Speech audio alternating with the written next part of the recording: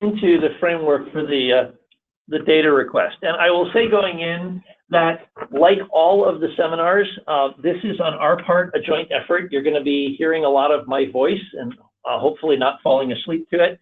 But any of the folks who are here will also be able to chime in from their experience.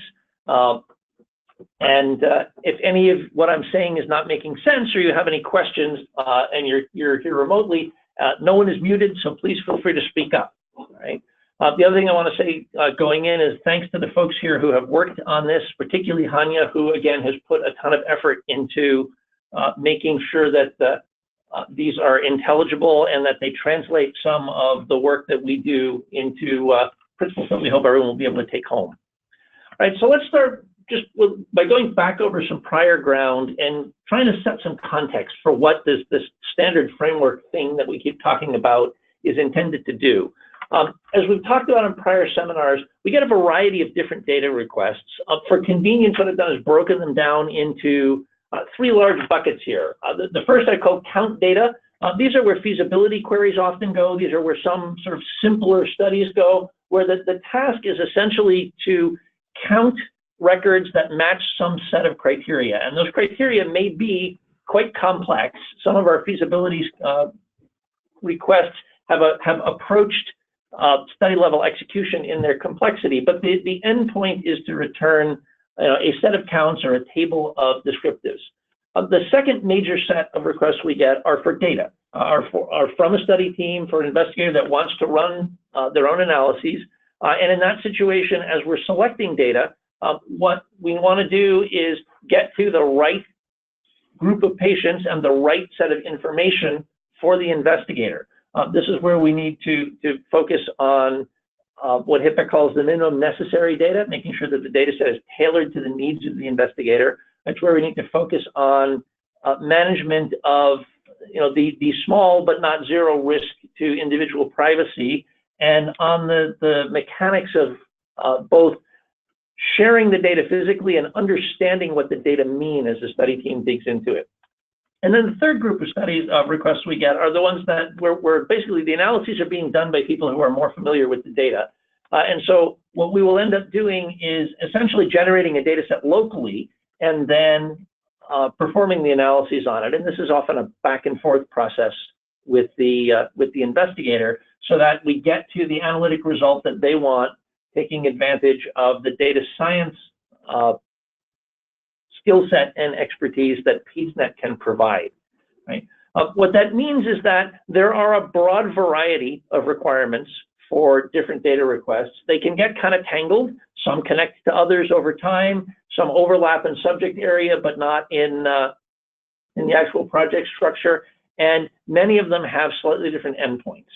So in order to get there, we want to come up with a at least well-trodden pathway that meets a set of technical requirements.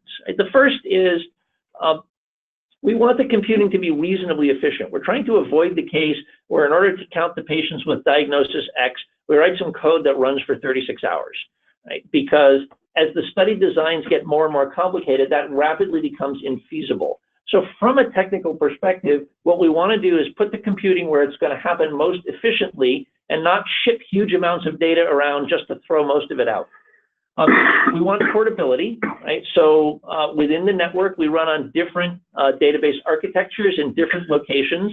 And within the data science efforts in the network, projects evolve over time. And it may be that a project that's executing today is going to either explicitly or implicitly draw on concepts that were laid out and analyses that were done in prior projects. So we want to get to a place where we don't have a tangle of code that was thrown together 2 years ago to satisfy a data request then, and now we have a different project that could take advantage of some of the work done there, but it's really hard to either disentangle from a big hairball that tries to do everything all at once, the pieces that you want, or to even figure out what someone is doing.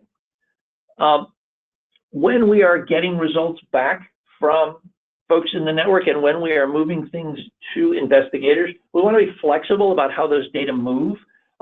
Within the DCC, we do a lot of our work in databases. They provide security, they provide access, they provide a computing engine that at least understands the grammar of SQL. As we're moving data between the DCC and other sites or study teams, we'll often switch to flat files. And we want a set of tools that can accommodate both of those, as well as tell us what's going on.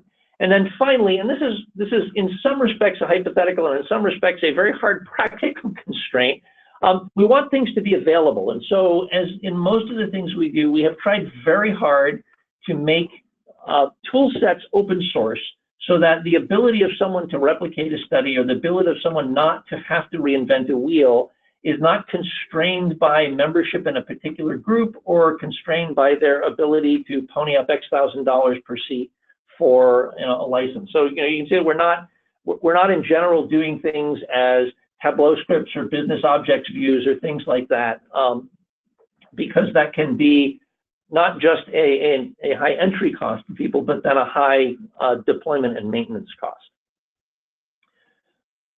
On the development side, we also want to follow some of the principles of good software development. Right? And so in particular, we're looking for reusability. As I said, we really dislike having to reach back into very ad hoc hairballs, right? We're looking to understand what's going on, because even if I did the project 2 years ago and I'm doing the project now, I probably don't remember all of the things I was thinking about 2 years ago. And so we want to try to structure some of the work we do, and we want to get good documentation to it. We'd also like similar things to be similar. So we don't want to have to do a lot of copy pasting of boilerplate. We don't want to have to do a lot of reinventing of the same kind of wheels. And we want to learn from the places where those wheels don't fit well. So this is also an opportunity for us to integrate our learning, both at a technical level, bug fixes, and at a scientific level as we better understand the data.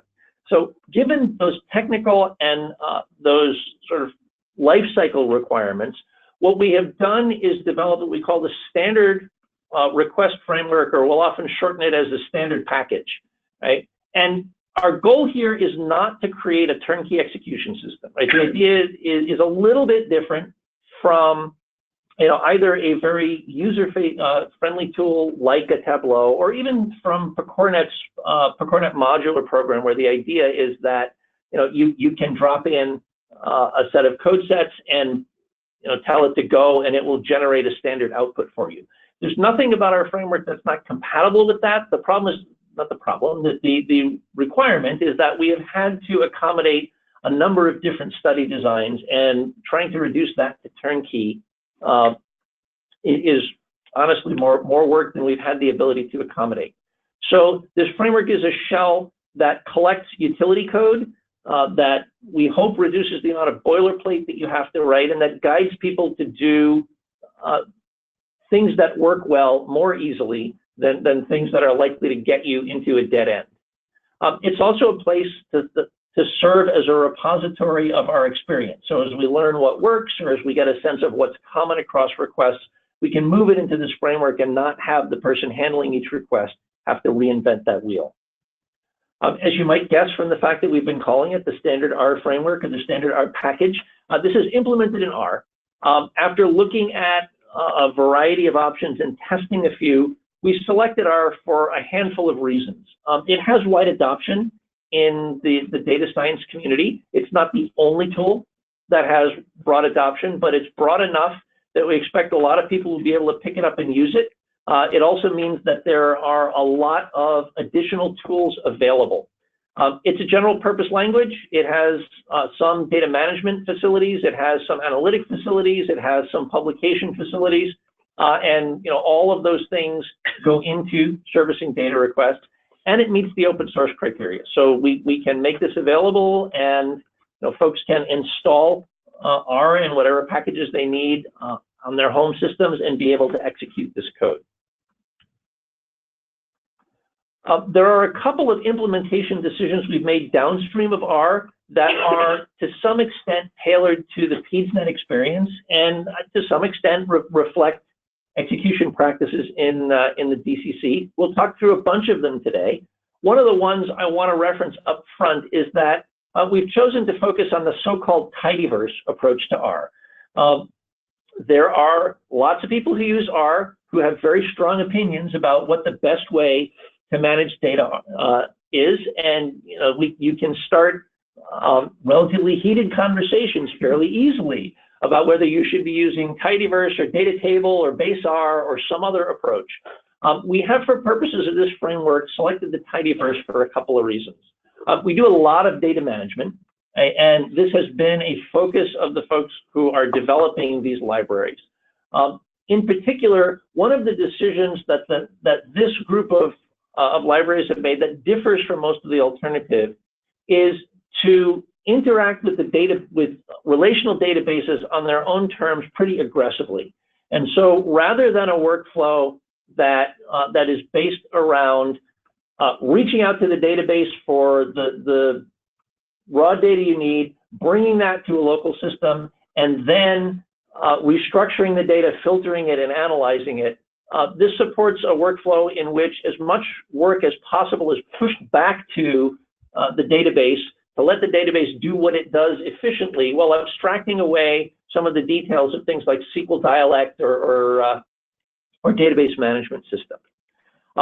Having said all of those things, we recognize that it's one of many alternatives. It is also a work in progress. There are areas in the tidyverse that continue to be rapidly developed. And so we're not holding it out there as the golden solution to everything. We are simply saying that for PEDSnet, this is the way that we will interact and do our data with large databases and do our data management. There is nothing stopping folks who are fulfilling a data request from, once they have their data reduced to a manageable size, shifting to another system. This is just the standard for the data side of the data requests. Okay, with those framing comments, let's talk a little bit about what the framework is. It's a collection of code and documentation in R. It is not a formal R package. So for the folks who are used to developing in R, this is not one of those things where you type install.packages and boom, it's in your environment. And it's done that way deliberately because what we're trying to do is minimize the maintenance overhead for recipients. And so the idea here is that the packaging happens at the request level.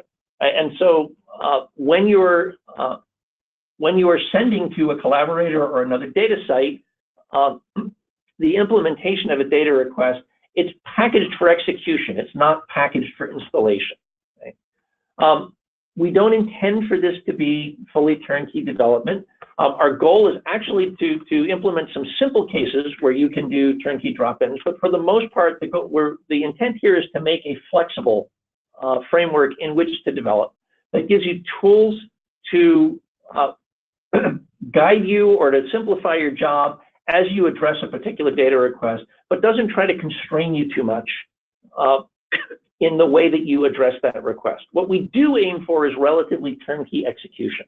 So we're going to talk through is how we try to optimize data request development with the goal of coming up with a tarball or a zip file that you can hand to somebody else and they can expand it on their system, point it at their data and say go, and not have to do a whole lot of work to customize it. We do tailor the framework to reflect the life cycle of request fulfillment, and you'll see that there are pieces in here that have to do with where the request came from or where we expect things to go. So it is somewhat constrained to purpose, but the intent is not to run on a particularly hard set of rails. All right, so that's a lot of background. Before we dig into how this package is laid out, so even I say package, let me ask what questions folks have about the problem we're trying to solve.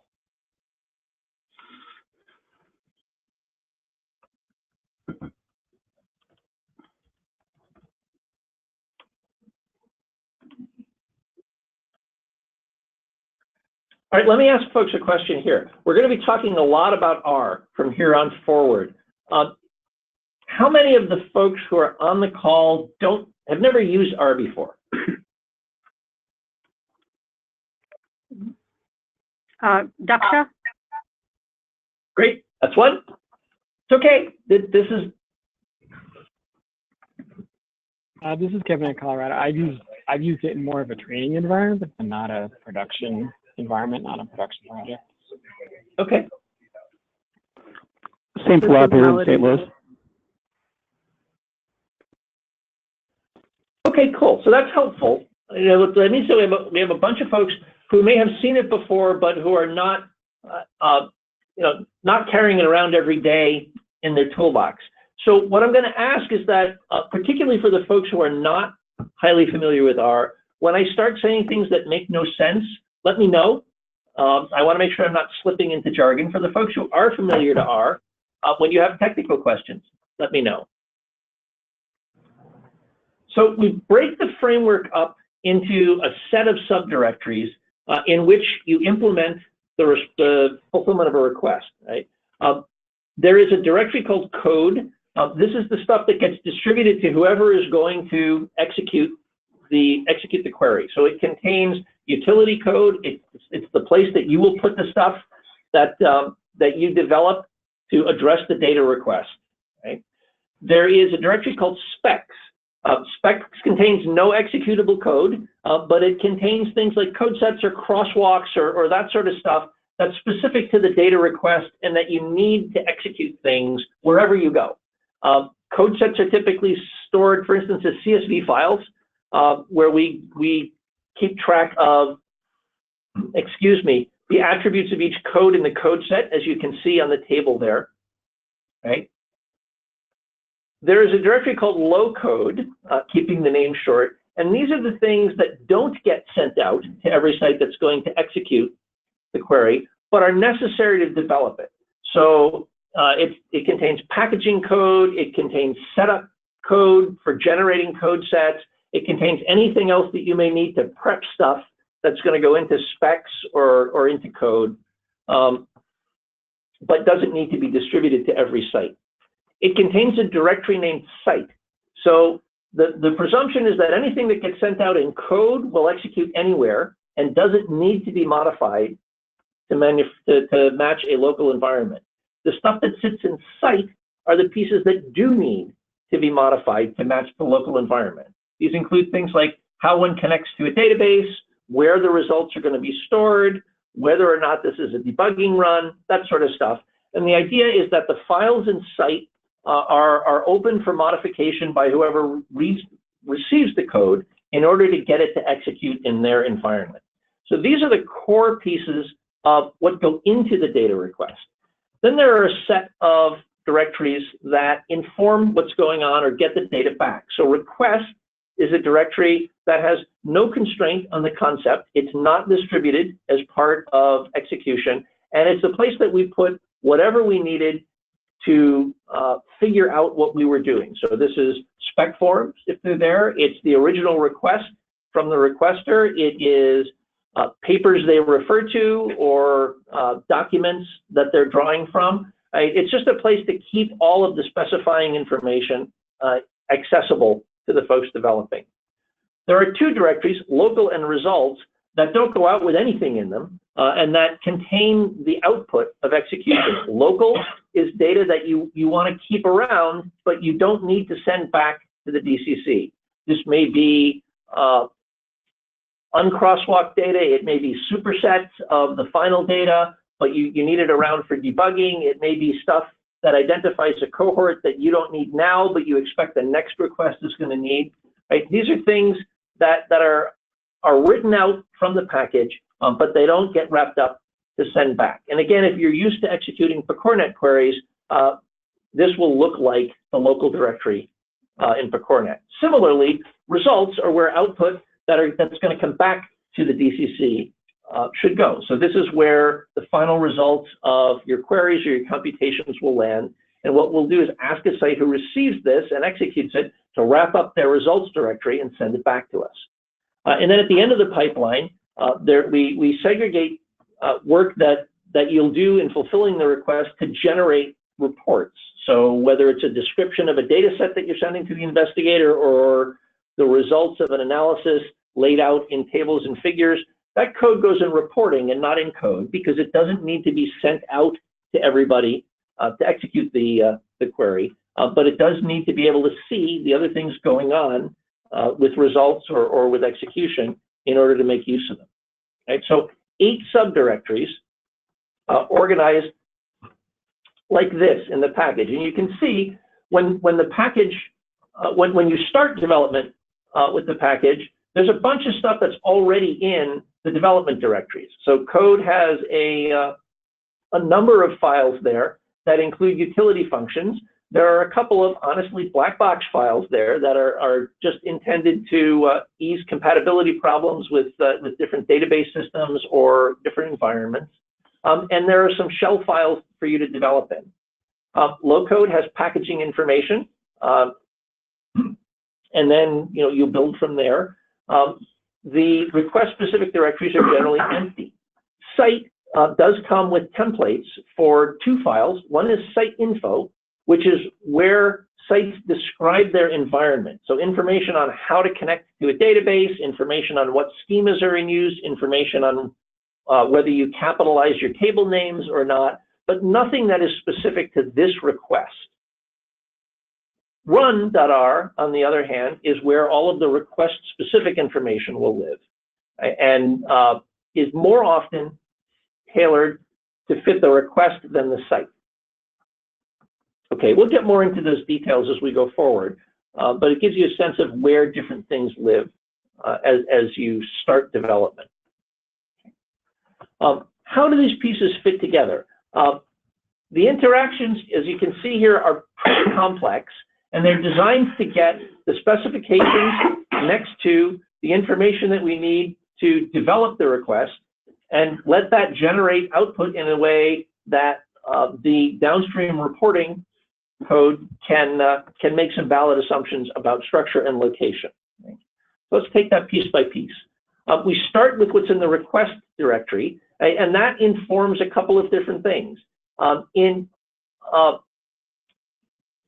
In terms of eligibility criteria, what you will do is use the build concepts tool that lives in low code to develop code sets for your specs directory. And you may develop other specification files that extend beyond code sets. The request also informs the way that you're going to develop the request fulfillment code. Those files, as I mentioned, live in the code directory. They're typically named cohorts or occasionally analyze, right? And if you have a complicated request, just to avoid jumbling everything up in one file, we often will end up with a set of cohort-related files. So there may be, cohort diagnoses, cohort filter, cohort materialize, cohort second pass, whatever works, for that particular request. Right? There are a bunch of files that you use that are distributed in code, but you generally don't modify. So that these are the files up here that we mark as not to be edited. Right? These are places where utility routines are pulled in, but not things that you need to change on a request-by-request basis. Right? It's these files, the driver and the cohort or the analysis-specific code, that fulfill the request and generate output that's written into either the results or the local directory. Okay. So how does that get you to the actual execution? I mentioned the stuff in code is what drives the request. The stuff in site is what helps an individual site to connect that request-specific code to their local environment. So there's actual execution happening in the site files that will establish database connections, set up configuration, that sort of thing, which all come together in this one main file called driver, which is essentially traffic control, right? So you're not implementing in driver a lot of analytic detail. This is not where you want to lay out your code sets in detail or lay out your joins in detail. That's all done over here in the cohort and analysis files. Driver is basically saying, start by defining the environment. Okay, here's step 1, execute that. Call out to cohort, execute step 1. Call out to cohort, execute step 2, and so on. And then at the end, write some results that will then be returned for use by the study team or generation of a report. On the reporting side, the code that you write in the reporting directory is again kind of at the center of a lot of utility pieces going on. It takes the data from results, occasionally from local if you're going to do some reporting at the site, but that's relatively uncommon. It takes the specifications from specs, because when you write a report, you're going to want to provide the reader information about how those specifications inform the data.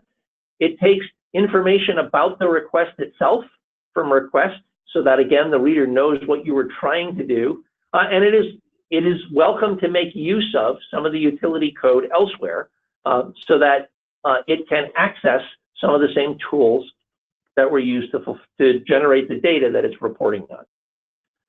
Right. So again, I know that that's a lot in a chunk. I hope it will make more sense as we walk forward. So let's talk about how you get started.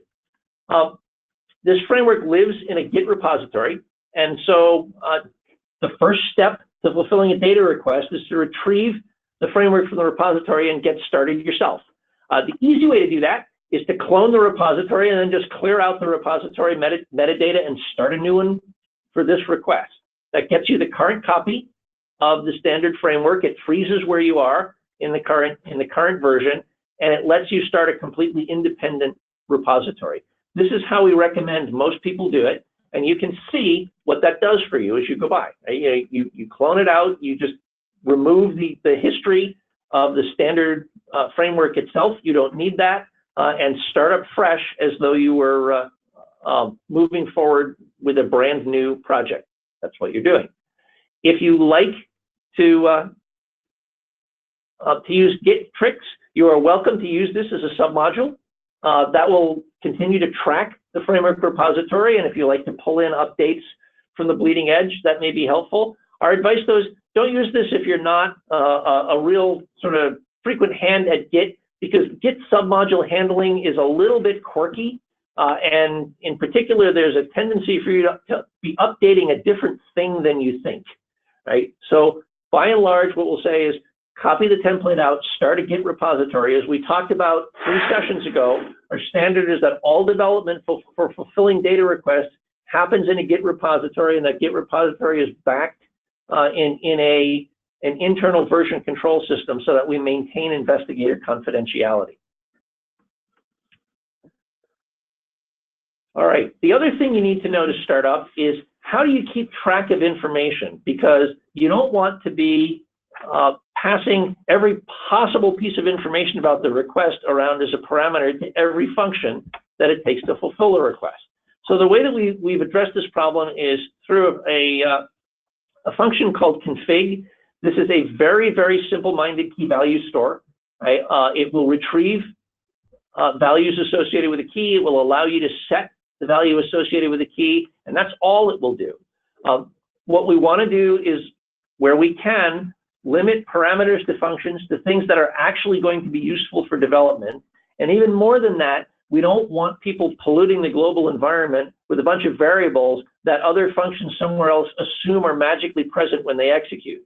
Because what that means is that 6 months from now, when someone else picks up your code, because it's a very useful part of a different data request, it will blow up because all of the other assumptions you made elsewhere in your request are not met. Right? So we follow the sort of standard software development practice that functions should not rely on a lot of stuff being around in the global environment. Instead, we explicitly use this configuration system to keep track of information that we need over time. Okay, any questions on that broad framework so far?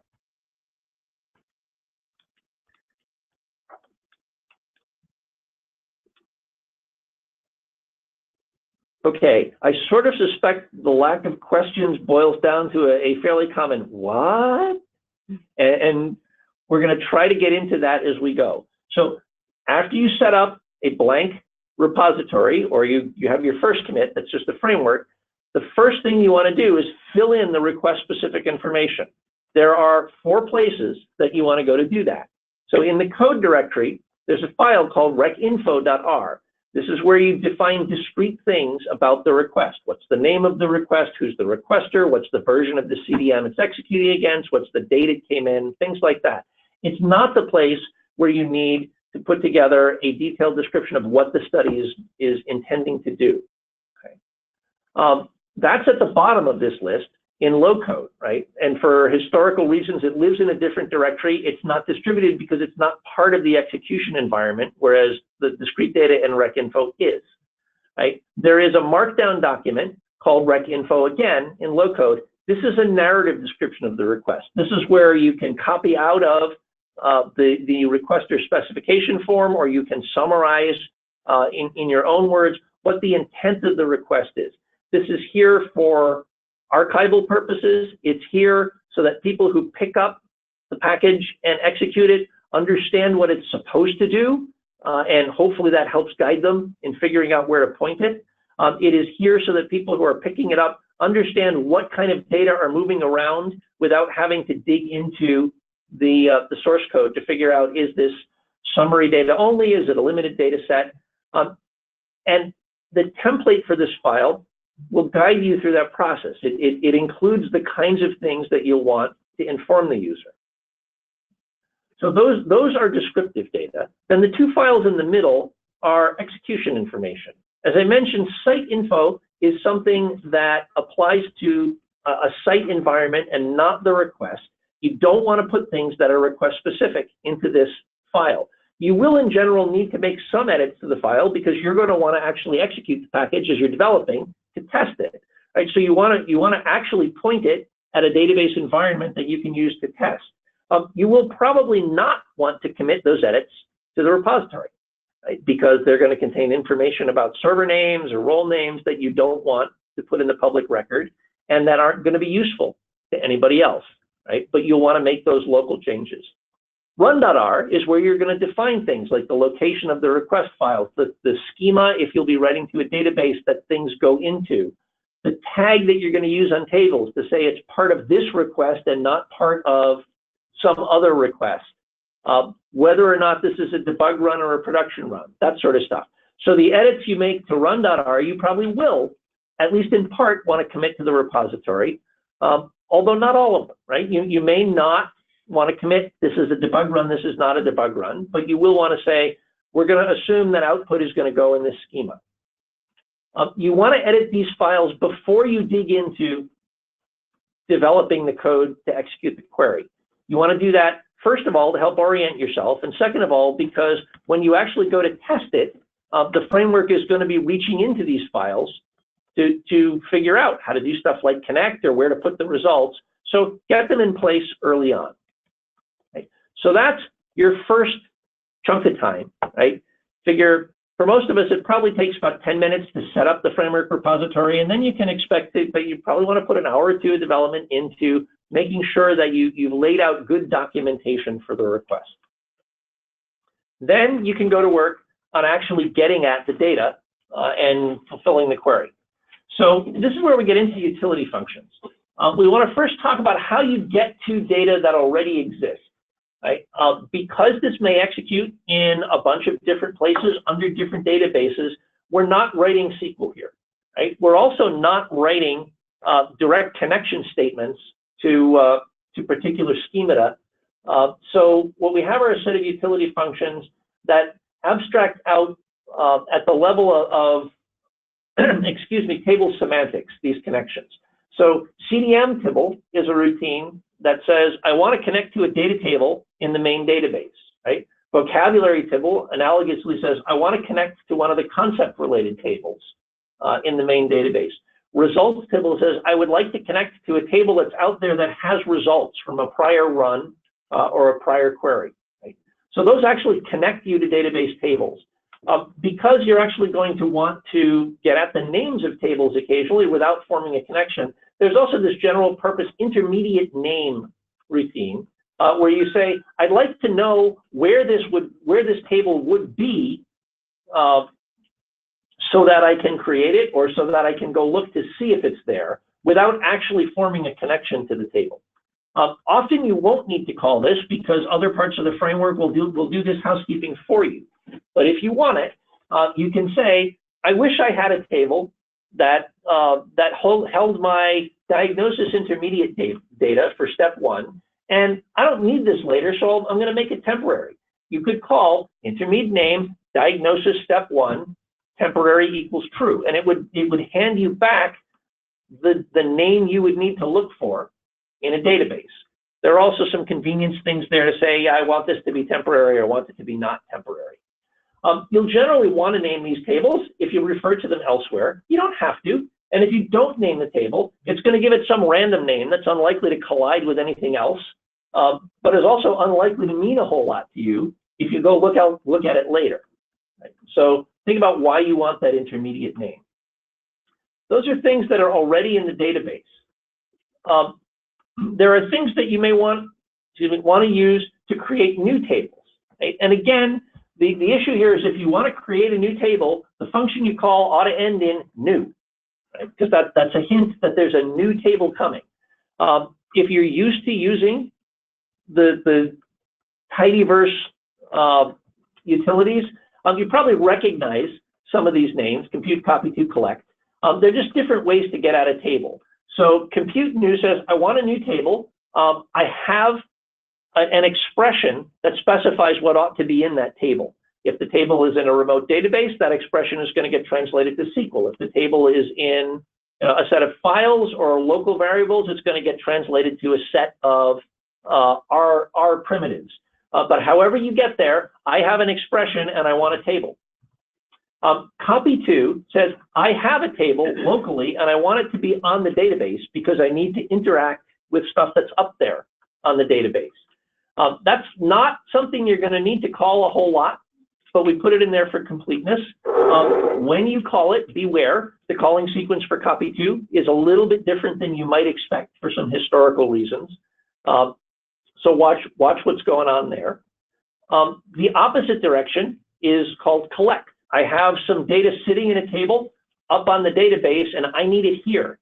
I need it here because I need to do modeling on it. I need it here because I need to write some output based on it. So that's collect. Again, when it's new to you, the function should always end in new. You should almost never find yourself using just compute or just collect or just copy to. And that's not just because it avoids collisions. These new functions also do things like logging and tracing that are intended to simplify debugging. So old tables, new tables. The third thing we want to think about are code sets, right? I said that there are things that live in that specs directory that you're going to use to filter data, to compare, to normalize, right? So there are a pair of routines, read code set and load code set, that are designed to get you to those code sets, right? Read code set gets you a local copy. Often not what you want to do, right? Typically, because you're going to want to use these code sets to interact with data when you're executing a query, you want to use load code set, which gets the data and actually puts it up into the database for you, ready to go, including a free index on concept ID, unless you ask it to do things differently, because concept ID is typically what a 5,000 line code set. The index will actually help your performance. So when you're executing a query, think load code set and ask yourself twice if you're reading the code set locally. When you're writing reports, on the other hand, you're trying to work locally. You're working from local results data. You're trying to generate a document. That's a place where you don't need to go through the intermediate step of putting something in a database somewhere, likely. So you'll be more likely to use read code set. All right. So those are the three workhorses for interacting with data. Stuff on the database, stuff you want to create, code sets. Let's give you an example of what this might look like in practice. So here's an R function. I've omitted the documentation, although we know that everybody will document these functions in detail so they know what's going on when they come back to it, right? I've omitted the documentation here, but this is a simple function that just says, I want to find people who are exposed to a set of drugs that are the first eligibility criterion for my study, right? So allowing for the fact that I can't spell, I have a code set that I've saved as criterion 1 drug concepts, right? And I want to find those exposed patients. We're going to write a function to do that, right? We don't just mainline this in our data request because we may want to call this with different sets of drugs, or we may want to look in different places for this. So there's a function, find exposed, takes two parameters. One is the code set, and one is the place I'm going to look for it. The defaults are the things you want most often. but these things made it up to be parameters because maybe as I'm testing, I only want to look at a couple of meds. Or maybe as I'm testing, there are some problem records, and I don't want to try to look through all 100 million drug exposures. I want to just look through my 10,000 testing exposures. So those are things I can vary. So what this function does is first does a little bit of a dance with the vocabulary tables to get clinical drug forms so that when you try to get count data, you are not counting separately the 80 milligram per milliliter suspension and the 40 milligram per milliliter suspension, just because folks had different insurance plans that dealt with different brands. So we get semantic clinical drug forms, and we do that, if you think back to the first session, by picking up our code set, joining it to the concept ancestor table, and looking up the ancestors of the codes I'm looking for that have the class ID of clinical drug form. So that's what that filter statement is doing, right? For folks who are used to working in SQL, this, I hope, looks fairly familiar, right? It says, take meds, do an inner join to concept ancestor, join by drug concept ID to the descendant, join that again to find information about the ancestor concept in the concept table. Filter is the moral equivalent of a where constraint, right? Where concept class ID is clinical drug form, right? And then I want to narrow that down to the descendant, the ancestor, and the name of the drug for reporting purposes. Now, I'm going to need to go back to this table a fair amount of times because I expect there to be a lot of exposures in my cohort. So I'm going to take the time here to actually make that an intermediate. And hence I call compute new there. And I say what I want to index on is the descendant because that's the thing I'm going to be looking up in all of my drug exposures, right? So now what I have is a table that's sitting up in the database that will map any actual drug exposure to the clinical drug form. You notice I haven't said a lot there about where in the database it lives. I haven't said anything about whether it's temporary or not because I don't need to, right? Those are things that the user gets to specify in their config, and compute new will respect that. So if the user says, I want to retain all these intermediate tables, compute new pays attention to that and says, okay, I'll retain it. If the user says, I don't want to keep all that stuff around, it's not stuff I need once I'm done, then compute new says, okay, I'll make this temporary. There are some cases where you know for a fact that even if someone wanted to keep temporary codes around, you only want this for 5 minutes to index on it, right? And so compute new will allow you to say things like temporary equals true. But by and large, you don't want to be doing that unless you have a very specific need, right? Let the user make those choices in their configuration. So having set up that mapping table, then what this function simply does is it takes the drug exposure table, does an inner join on your meds. You could do a semi-join if you wanted, but we're actually going to make some use of stuff in the code set, right? It looks for matching exposures, selects just the data you want from those drug exposures, and then goes back and says, okay, for how many of these can I roll things up to a clinical drug form? So there's a left join there to the clinical drug forms. And then with that clinical drug form in place, I'm going to group it up and I'm going to count both the exposures and the number of distinct patients. Okay? So the workhorse here is this second expression. And you notice that what the function will do is return that expression. Now, in the world of the standard framework in Tidyverse, if that's a local set of variables, as is highly unlikely, but if it is a local set of variables, that's going to be a fully executed set of data. If it's something that's happening up on the database, it's going to be an unmaterialized expression that will, when you say materialize me, be translated into SQL and executed. By and large, you want your functions to be returning these expressions.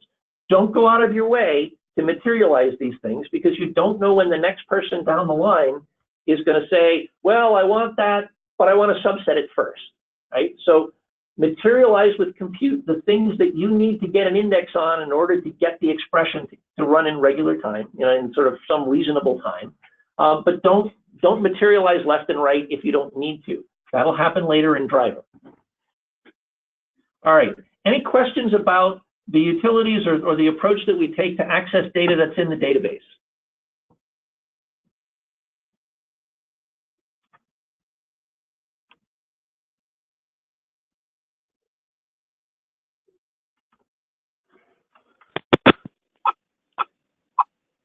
Does this syntax work in any database? We're on Oracle. I know you're on Postgres. Does this have to be modified for the different database platforms? It does not. Yeah. So the goal of this this framework is to make that database independent, right? And it does it in a different way than some other packages. For instance, there's the Odyssey SQL render that what this does is lets you lay out the semantics without having to render SQL or to write SQL. So you don't have to write this out as SQL. It will take care in the background of saying, oh, this is the configuration said this was Postgres. We'll do this in a Postgres way, or the configuration says this is Oracle. We'll do it in Oracle way. Any other questions or comments? I haven't seen the percent greater than percent notation before. Is that a line continuation? It's a pipe operator. So you could think of it as a line continuation. It basically says, take the thing on the left and stuff it into the thing on the right as the first argument. Okay, that makes sense.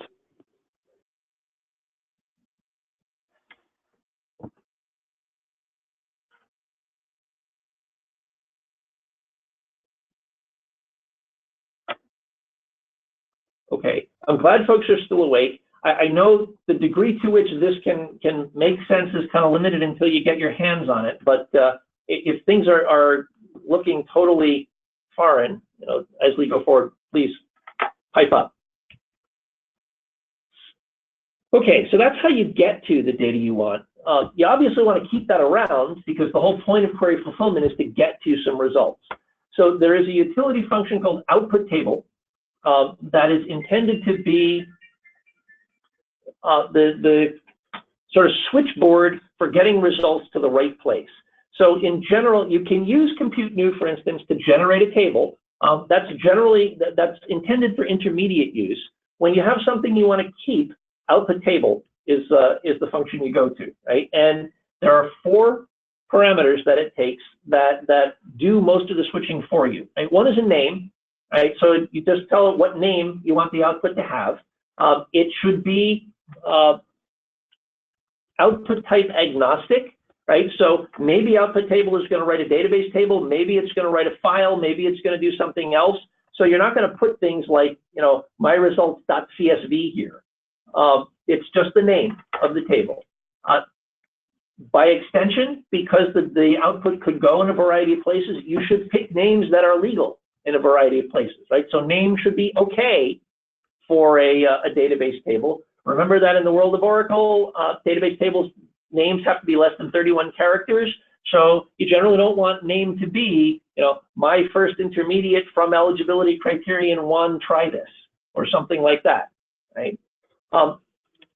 Local is a flag, and like it says on the tin, if it's true, the output is going to get written as a file to the local directory and won't be returned to the DCC. If it's false, it will get written to the common results. File is a flag, right? And it says write into one of those directories, don't put it in the database. DB is a flag that says write to the database, right? You can sometimes say output table file equals true, DB equals true if you want it in both places. Right? By default, if you're executing in production mode, we write files for output because we expect that those files are going to be returned to the DCC or the study team.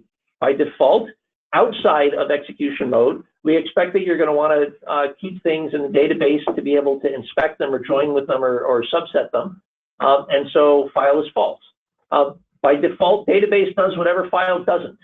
And so that your output is going somewhere. But again, you can override this and you can set one or the other to true. Just try to be respectful of the user's configuration settings. Right? While you're debugging, generally things will go to the database. You can mark things up. When you distribute a production copy, try not to force your choices on the user. Okay, so how does that look in the process of query fulfillment? To go back over those sort of big, very complex procedures we talked about, you will write the functions to retrieve and sort of filter or briefly characterize your data in the cohort files. It's real simple. You just have one cohorts.r file. If not, you may have several. if you're going to do more analyses, if you want to normalize things, if you're modeling and returning parameters, then those by convention go in the analyze files, which will in turn depend on the cohort files to get the data they're going to analyze, right? This is where you do all of your request specific stuff. If you need to load libraries to do request specific stuff, load them here, right? When these files get sourced, the libraries will get loaded. We talked a little bit about the process of writing queries. You want to develop functions here that manipulate data expressions. Don't collect everything all the time, because you'll spend a lot of time shipping data back and forth between you and the database that doesn't get you closer to your answer. Pick your parameters so that they allow you to vary what you want to vary. Don't feel like you need a parameter for everything, right? But within those broad rules, we're not placing many restrictions on how you do things, right? You should use the framework, don't bypass it. You should be intelligent about what you do in the database and what you do locally. And you should please always document your code. As we mentioned before, we use our Oxygen style documentation right with the function so that other folks know what you're doing. I think we can all say from experience that other folks are often future us, right? So there's some self-interest in documenting code well, okay? The last thing we would say about query writing is you're interacting with the database most of the time, so be aware of the things that make databases work well for you. If you have a big intermediate table and you need to do a lot of joins with it, materialize it and index it, right? Just like you would in SQL. But we're not executing the SQL here so that you don't have to vary what you write for each possible database backend.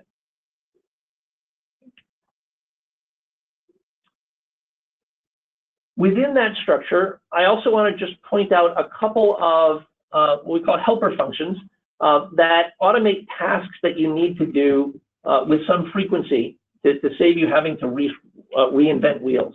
Add site is pretty simple. It takes a table full of data that presumably has a person ID in there somewhere, so you know what person this refers to, and it adds a site column. Do this instead of selecting a site column out of a database somewhere, because our site column may not look like your site column and somebody else may not have a site column at all, right? So add site does this for you. When you're building cohorts, you are repeatedly going to ask yourself, what happened in the baseline period, or what happened in the exposure period? And instead of having to write a bunch of date-specific constraints again and again, there's a function here called look-back facts, right? So it says, given a data table and given a list of who's in and when their base date is, look back or look forward a certain number of days and get me the facts of interest, right? So again, a wheel that you don't need to reinvent, right?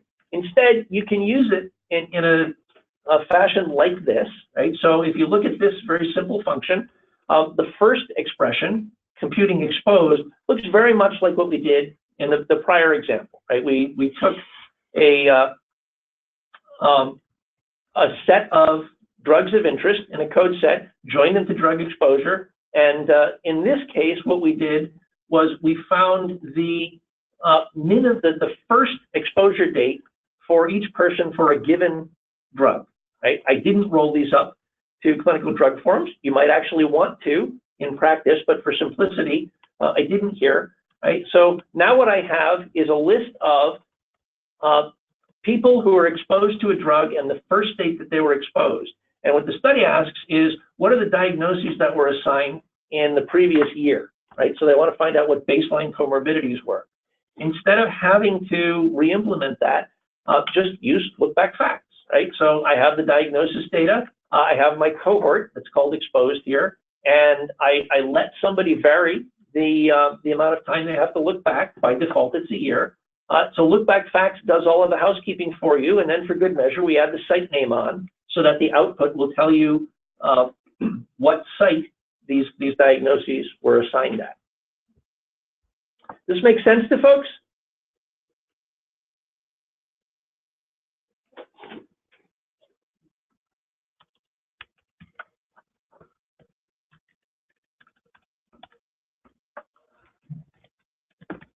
Okay, I'm going to be optimistic here. The last thing we're going to talk about in terms of utility functions are some very simple utilities that are in there to reduce, we call it privacy risk. It's really regulatory risk, right? So different sites have different sort of requirements that they're trying to meet about what IDs are sensitive or which dates in a patient's life are sensitive, that sort of stuff. So we include here a couple of fairly straightforward routines to replace sensitive IDs with non-replacements, typically sequence numbers, right? So you can use genxwalk and new ID to do that, to convert dates to ages and days, so that you're not moving around any dates that might be a concern, and to then make it easier to share data with sites. This is not the same kind of privacy risk reduction we've talked about in the past, and not the sort of stuff that we will do before we give a data set to an investigator. That happens in a different step called less identification. You remember that? We'll go through how that happens in more detail in the workshop, but it's outside the R framework, and so outside the scope of this discussion. This is just to meet the bar to collect the data in the first place. Okay, and again, the approach is relatively straightforward. If I have a set of say patients who may show up in one of many tables, I just take the union of those tables and generate a crosswalk, right? And then I can use the simple utility scrub person info to do person ID replacement and date for age replacement in one gulp.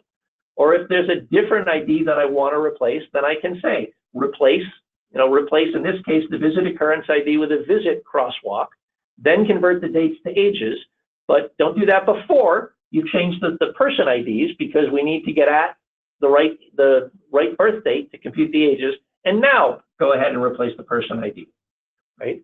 So you can do this in stages, or you can roll it up. Okay, so that's a lot of pieces. Again, we hope that the workshop is going to help make these pieces a little bit more real, but let's talk about how you put all these pieces together, right? So there is a function .run that lives in the driver.r file that says, okay, do stuff, right? And the flow is typically find your candidates in the first steps, then get the data you need about candidates or execute the needed analyses, and then produce output, right? That's not mandatory, but it's the flow that is most logical. So what does that look like as actual code? You want to keep track of what you're doing, so you want to think about logging as you go in this .run function. And again, not surprisingly, there are a set of utility functions for that, right? So initSum just says, this is what my log is going to look like. You can specify when you set it up, I want counts in my log, or I want just timing data in my log, right? And then as you hit each checkpoint in your log, you say append sum, right? And add an event to the log that follows the structure that you set up in initSum.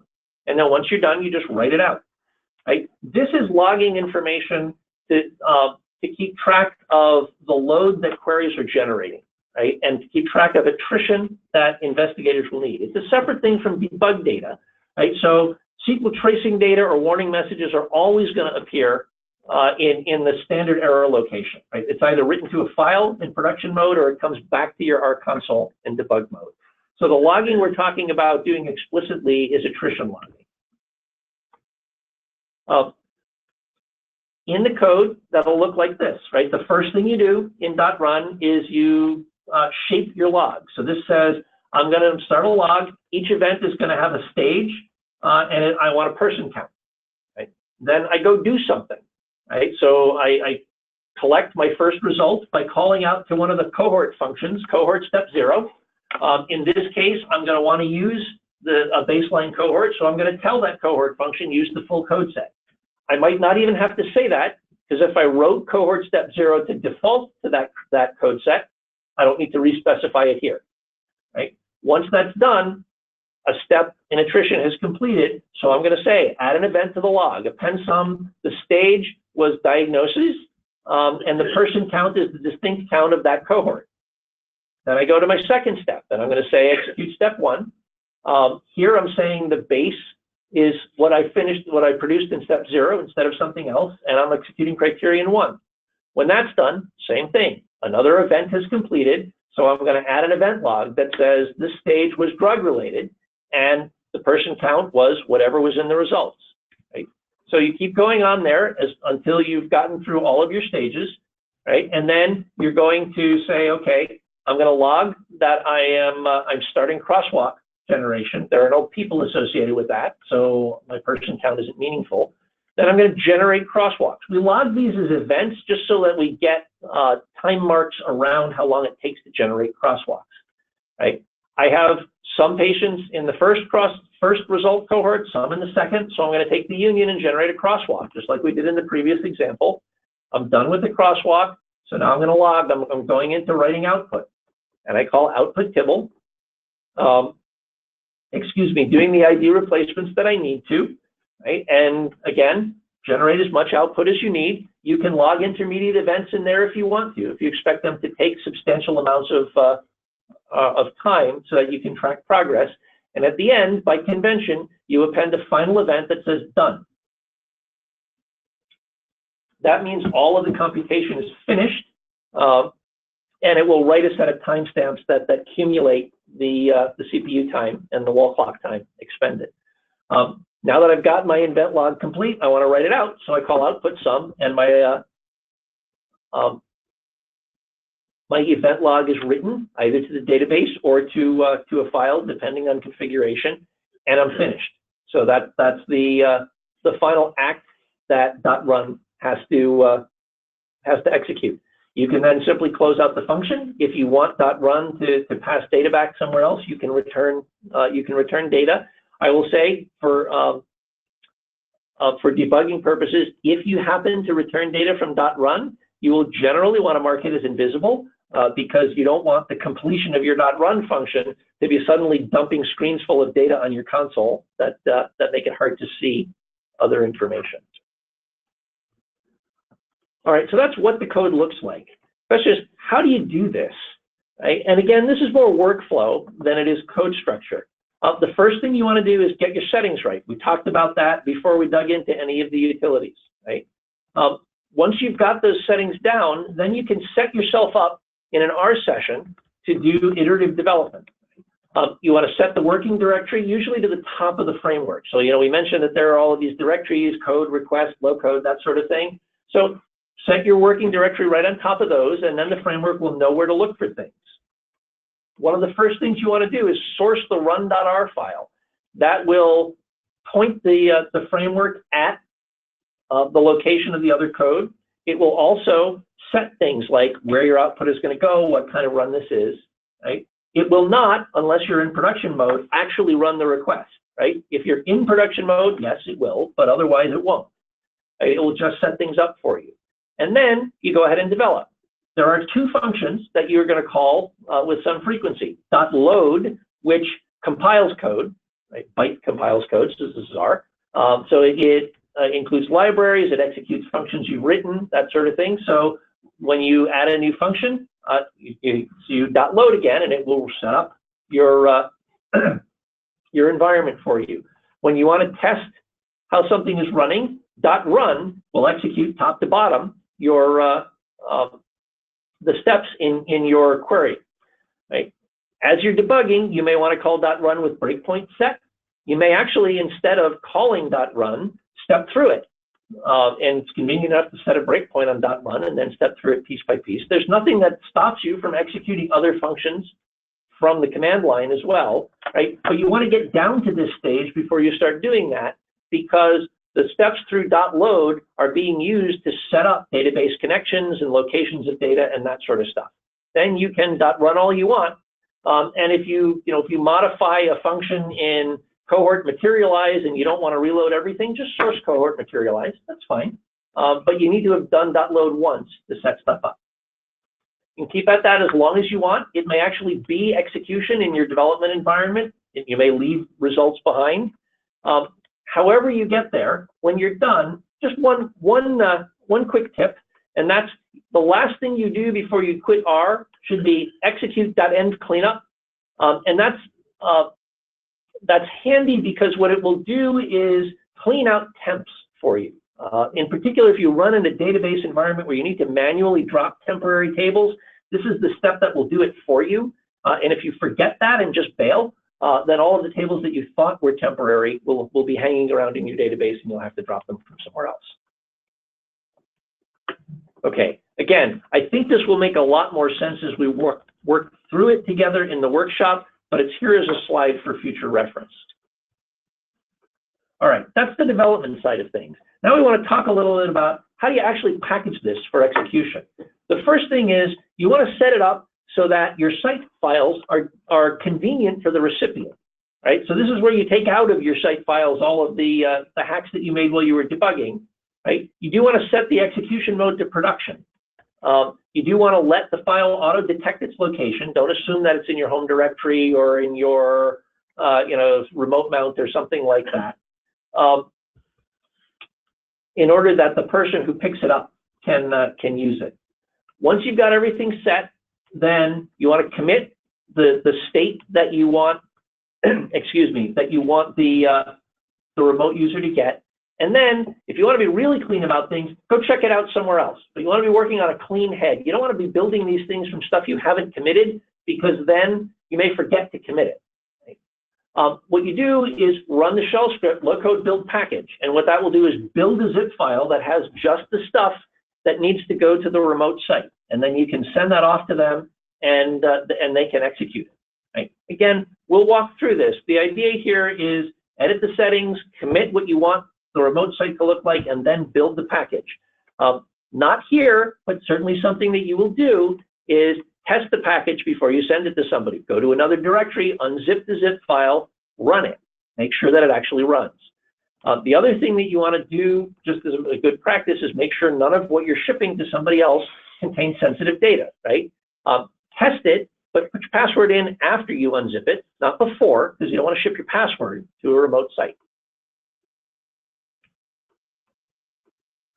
All right, I'm going to talk very, very briefly about reporting, simply to say that reporting is something that happens separately from the execution stream, right? We typically, again, use R as our reporting environment and use our notebooks as a way to simplify that. But this is development that you can do while remote sites are executing your query, or while a study investigator is looking to make sure that the data match expectations, that sort of stuff. You can take advantage to any of the utility functions in the package. So you can source files that are out in the main package to get at, CDM Tibble or distinct counter, that sort of stuff. If you find yourself sourcing a whole bunch, just .load. But you'll be doing this development in the reporting directory. Okay, so let's try to glue all of those pieces together by looking at an example. So this is a data request that we got that is looking at developing a computable phenotype to identify patients with SLE, right? And Hanya has kindly volunteered some of her code here to be an example of stuff that she and Amy worked on together, right? So the objective here was to figure out which of various algorithms might do a better or less good job of identifying patients who had SLE. As we've talked about, the structure follows the framework. So cohorts is where the functions that execute the specific phenotype algorithms live. Driver is traffic control. It will call out to cohorts to execute specific algorithms and then put the output where you want it, because this is a feasibility request that was happening only here at the DCC. Amy and Hanya elected to just point the data at the database to keep it around and shareable for use. Specs included in this case a diagnosis code set, but didn't need to include other code sets. Right? And we'll talk a little bit about the reporting. So if you look at what went into this, here is what a typical code set function or a cohort realization function might look like. You can see the documentation is right there with the function. It tells you what the function is supposed to do. It steps through the parameters and tells you what each parameter does and what default values it may have, and it tells you what the function is going to return. They chose here to parameterize the code set name instead of the loaded code set, because they figured that the thing that would be likely to change here would be which code set got picked up, but not details of the code set. Right? They parameterized things like which visits you're looking at, because those are some of the things that you may actually want to test. Right? And then the function goes ahead and loads the code set, uses load code set because it's going to talk to the database, right? then generates intermediate tables here, a step at a time, and it actually breaks it into 2 expressions because it's much more readable if you do that rather than one big piped expression that does everything, which makes a lot of sense to me when I write it, but then is not so helpful for me when I'm coming back and trying to figure out what's going on, right? So the first thing it does here is find the patients, and then the next thing that it does is filter down some of their visits. That cohort realization function fits into the traffic control that's in .run, right? So the first thing you always do in .run is you init your event log, right? And here they chose to call each step cohort because it's a cohort finding project, and they're going to have person counts, right? It outputs a message to the console that says, okay, I'm starting stage 1 now, and then it calls get initial cohort. And because this initial cohort is something that they know that they're going to want to keep track of, it immediately feeds that to an output, right? So you get the cohort expression, and an output tibble materializes that expression. And what they said here was, this is a feasibility request. I'm not going to send it anywhere. I only need to match my own requirements, so I can say the file is not happening, right? Therefore, it's going to go to the database, and I want to index on these things because I know I'll need that for reporting. Right?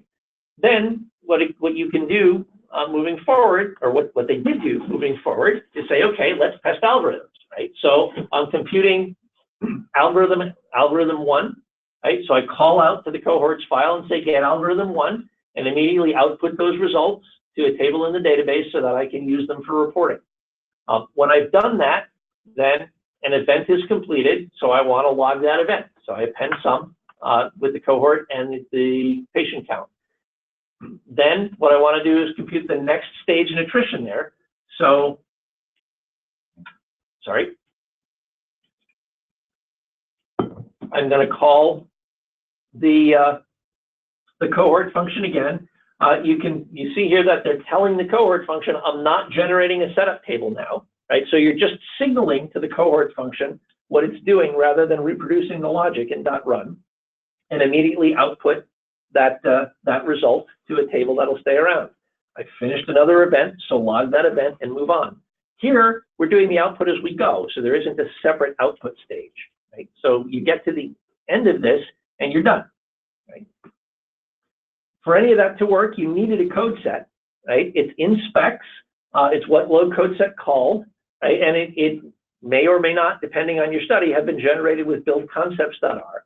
In general, our code sets follow a 4-column structure, right? There's the concept ID, which is what you're going to use in the database, and then the code, the name, and the vocabulary, which are aids to you in debugging, and they also keep the metadata around so that when you're trying to generate reports, you can produce human readable output. So because a concept ID of 4055640 is not going to mean much to a nephrologist. Right? In order for this to work, you needed to set up the connections in site info, and you need to make it work, right? So here what they did was they created connection information that would let them connect to the database. They're using a package that we often use here called Argos that lets you abstract out things like usernames and passwords and schema names so that they don't have to go in distributed code. There is a call to set role here to make sure that when those tables got written to the database, they were owned by a user that could share them. That's specific to the configuration here. And so that's not something, for instance, that you would include in the package that you distributed. And then further information about how data are stored locally so that the package knows to go to the right schemata. Okay. Right alongside site info is run.r, right? And so these are the places where they set up the request specific pointers, right? So they knew where this package was going to live for testing, so they set the base there instead of letting it get auto-detected, right? They knew where the results were going to go, so they set the schema that results would be written to. They also said retain intermediates false, so that with that setting, the intermediate stages in cohort construction wouldn't be left hanging around cluttering the database. I'm going to guess that there were probably some stages of debugging where retain intermediates was true for a while they were looking at those intermediates, but then for things that they wanted to keep around was set to false. And again, for the final run, they turned off debug output. Right? So these are the things that you do as you get closer to a production run. Right? The result of that was to leave in the database the query information that they could then pick up and generate reports. So here's what they did in our notebook in order to generate those summaries. Right? So you start by setting up your environment. Since they're going to do some graphing here, and they want in particular to make Venn diagrams, they're including the necessary packages. Since they're going to want to use some of the utility files, the utility functions from the framework, they're pulling those utility functions in. Right? So there's a setup chunk to do that. Right? And then you move on to the points where you actually collect the data. Right? So here, since they put things in the database, what they said was, let me collect the data, get the results table for algorithm A1 cohort and collect that. And then what I'm going to want is the person count, so I'm going to just collapse it down. Ditto for algorithm B and so on, because here what I'm interested in doing is reporting on person counts. Right? Then I can take those person counts and I can use them to generate output in a variety of ways. Right? So you're seeing here an example of inline output, where for each row, what they're doing is making a quick call to R to get a number to put in that row. You could also set up a data frame and have R generate the table for you. It just turns out to be easier in this case to do the row by row. You're also seeing how a Venn diagram would be generated. Right, that's a chunk of executable code with some metadata about where the figure should show up. Right? And that gives you a figure that looks like this, where you get the table on the right that steps through each algorithm, and you get the Venn diagrams that allow the investigator to look and see what is each algorithm detecting, where do they overlap, where do they not overlap. Right? I know that's kind of a lightning example, but it gives you a sense of how these things work in the real world, from specification to execution to output that the investigator can make use of.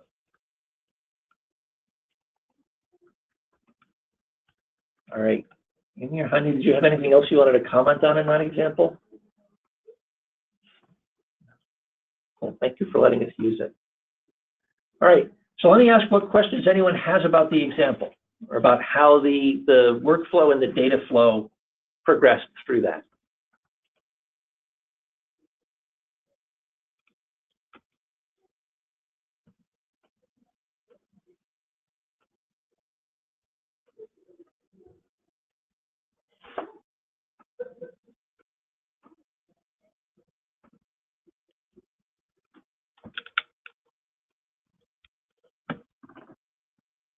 All right, I'm hoping that the quiet is just because there's a lot of information here and not because everyone is sound asleep. I don't hear any snoring coming across the line. What we will do is send out copies of the slides to folks. We're also going to send out a copy of the current version of the standard framework, just as a zip file, so that you have it to look at. What we'd like everyone to do is spend some time looking at the documented functions in the package, so that in a couple of weeks when we get together for the workshop, everyone has seen it, and we can jump in and start picking these workflows apart in more detail. With that, I see we're almost at time, so I'm going to say thank you to everybody for taking the time to listen today.